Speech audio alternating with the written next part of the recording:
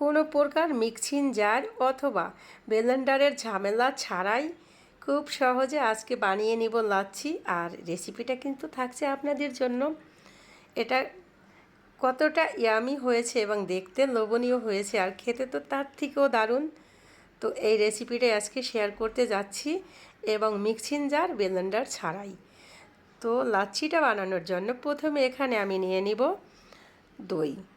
এটা কিন্তু মিষ্টি দই, আর আমার হাতে বানানো। এটা ডিপ ফ্রিজে ছিল, ওখান থেকে আমি 1 কাপের মতো নিব, কারণ আমি একজনের জন্য বানাবো। আর আপনারা যদি বেশির জন্য বানান একটু বেশি করে নেবেন। তো আমি একজনের জন্য বানাবো। 1 কাপ দই নিয়ে নিয়েছি। আর এখন নিয়ে নিব সুগার সিরাপ। সুগার সিরাপটা কি? এটা হচ্ছে চিনিকে আমি হালকা কুসুম গরম পানিতে সুন্দর করে গুলিয়ে নিয়েছি, ওটাই সুগার সিরাপ। তারপরে 1 টুকরা লেবু দিয়ে দিয়েছি। তো লেবুটা, আর এখানে রোজ ওয়াটার।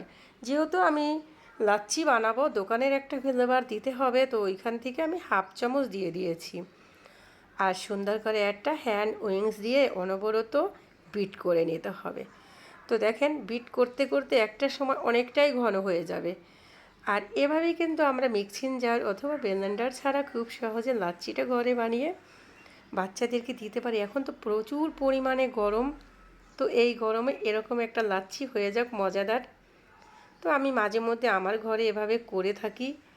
তো আজকেও করে নিয়েছি নিজের জন্য, অতিরিক্ত গরম পড়েছে। তারপরে একটা গ্লাস নিয়ে নিয়েছি, আর দেখেন এটা কতটা লোভনীয় হয়েছে। দেখেই খেয়ে ফেলতে মন চাচ্ছে। তারপরে উপরে দিয়ে একটু কাঠবাদাম কুচি দিয়ে দিয়েছি, একটু দেখার সৌন্দর্যের জন্য। আর এটাই ছিল পুরা লাচ্ছি রেসিপিটা। যদি ভালো লাগে অবশ্যই এরকম একটা রেসিপি আপনারাও বানিয়ে নিতে পারেন বাচ্চাদের জন্য অথবা নিজেদের জন্য। এখন তো প্রচুর পরিমাণে গরম, আর অনেকের ঘরে এই মিক্সিং জারটা অথবা ব্লেন্ডারটা থাকে না, তারা এভাবে বানিয়ে নিতে পারেন খুব সহজে। আর আজকেই ছিল রেসিপিটা এই পর্যন্ত। পরবর্তী রেসিপিতে দেখা হবে। খোদা হাফেজ।